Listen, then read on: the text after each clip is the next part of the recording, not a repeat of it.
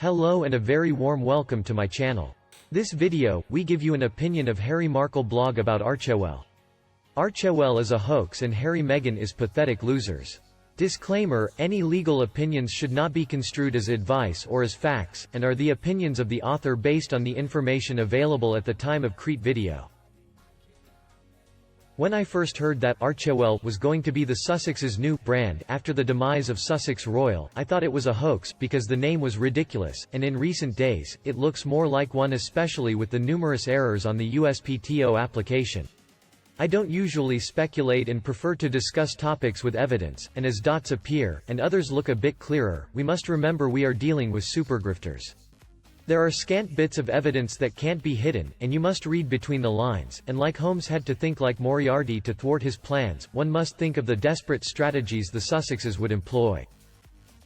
Once the Sunday Telegraph printed their story that Archewell was to be postponed 2 days after my breakdown of the trademark application being rejected, I was expecting it from either them or the Sunday Times. It confirmed to me that it was a rebuttal, excuse, deflection to the black and white, and irrefutable evidence from an appointed and impartial party as to why Archewell would be delayed.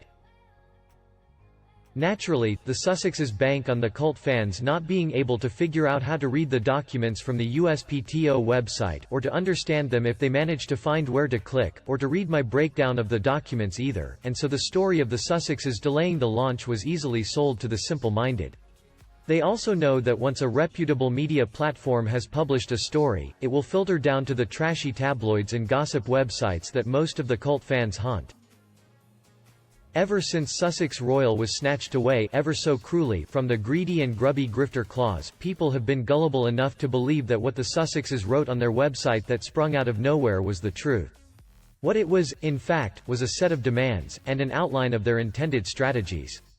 We find ourselves with the chosen media outlets such as the Daily Telegraph and the Times, who willingly promote their PR briefs as exclusives, but it is they who are the toss-away pawns in this virtual game of chess. Loyalty and trust are not words associated with the Sussexes, and portions of what they wrote were either deleted, amended, or debunked by experts. In short, what they wrote couldn't be trusted as facts per se, but what the Sussexes believed, and wanted to be true. What they believe as the truth is not the same as a fact or the truth. Meghan Markle has few friends, and that number will dwindle further after the smirk from Jessica Mulroney's face disappeared, having discovered that she has been publicly ghosted and ousted from Meghan Markle's inner circle. How humiliating for her, but I don't believe she was racist, although it may appear to look like that, but that she, like Meghan Markle, is mean girls, who got a taste of fame and freebies and wanted more. Let us look back to February 2020, when BP put their foot down, and told the duo that Sussex Royal could not be used once they stepped down on the 31st of March 2020. Obviously that scuppered their 2-year plan. They have only known each other for 4 years, and half of it was distant, but they needed to save face and come up with another plan, hence the ridiculous name of Archewell.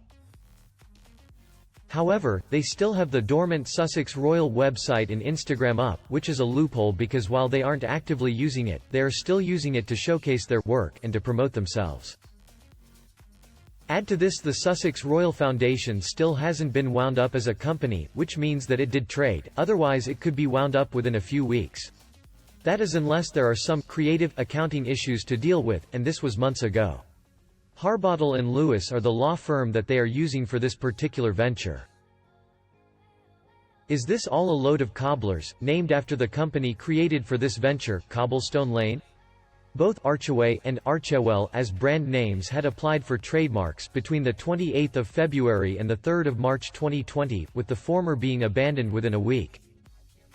Perhaps having two brands to keep people on their toes was too costly when the Sussexes realized they had to repay Frogmore Cottage out of the allowance Charles gives them, so they aren't actually paying, and that they had to pay for their own security as Canada had declared they wouldn't be paying the costs after the 31st of March 2020. The domain Archeway had been acquired back in May 2019, and so the plan to set up shop alone was well underway. According to the Sunday Telegraph, Archewell LLC and Archewell Inc. have been set up in Delaware, a tax haven and where companies can shelter, but one must ask if it is all above board, then why hide the companies? To be honest, there probably isn't much to see, but it gives the illusion that there is a brand in place, and that's what the Sussexes want, people to think and believe they have a plan, and a brand. So how do you save face, while stringing the public along, while you seek backing, and make it look as if you had it planned all the time? Would one go to all the trouble to set up a brand as a hoax to distract the public from other activities? I recall my old law professor discussing legal tactics and what was permissible, and what would stray into the gray area. Hypothetically, when a client desires a specific outcome, how do you achieve this in order to keep the business, but also to act legally? Very often lawyers discuss mishaps and errors and the outcomes, and so when an error occurs and it turns out to be advantageous, one can't help but do some chin-scratching when things happen accidentally, on purpose, and work out to suit the client. The lawyer used for the Archewell trademark application is experienced in IP law, and so to make one error is clumsy, but two seems to be suspiciously wrong, especially when the outcome is advantageous. Forgetting to sign the application is a foolproof way to ensure that the application would be stalled and is easily overlooked, one could say, but as it's the last thing to check on the form, it's hard to miss too. Of course, it's possible with such a busy caseload, but that's a rookie mistake that few make. As for the miscalculation of international classes, the problem was that there is no definitive structure to the brand, and thus Class 42 didn't appear to be included, although a vague description of what it entailed was included in another description. Part of the examiner's role is to ensure the correct classes are being applied for, and they saw the application as having at least 9 international classes, whereas the lawyer only identified 8 of them. To be fair, given that the purpose of the trademark and brand is so vague, it is an error that was plausible, but for an experienced lawyer, it shouldn't have been overlooked. The end result is that the application is on hold, and with the non-final action notice sent the 2nd of June 2020, a response, with required amendments, needs to be filed within 6 months of the notice being issued. What that means is the trademark, Archewell, can be held without being active, thus protecting the status as it has been applied for, but not guaranteed. This works for the Sussexes as they don't appear to have a plan, but it makes them look as if they have one.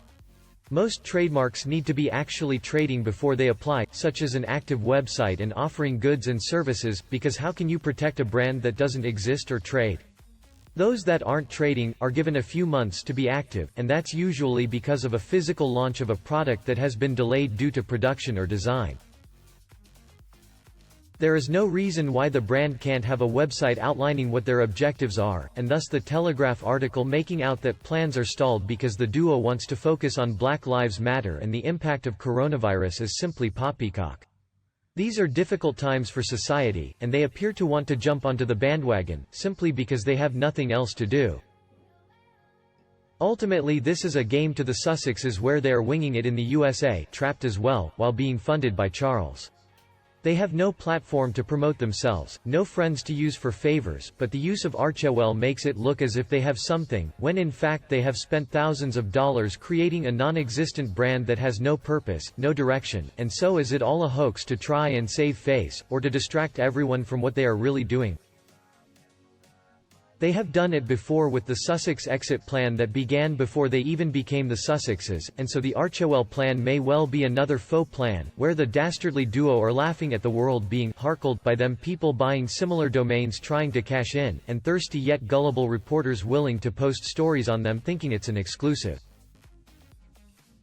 Like Sussex Royal, Archewell has failed before it began, but no one ever truly cared, and that's why it is insignificant, and they are irrelevant. Nothing they say or do can be trusted, and even reporters say this and are wary of what they announce. They are grifters drifting into the abyss where no one wants to be associated with them, and poor Liza Minnelli got dragged into things and was left with no choice but to disclaim any association with them after a fake PR piece claimed she was friends with them. No faux friends are singing their praises, and the faux friends, having seen Jessica Mulroney ditched and dumped, are thinking twice about saving themselves. Karma has heard our calls for action, because there comes a time when enough is enough. That raft has sailed. And you? Do you agree with this opinion? Please let me know in the comment section and we discuss it. Remember to like and share my video for anyone at any time you want.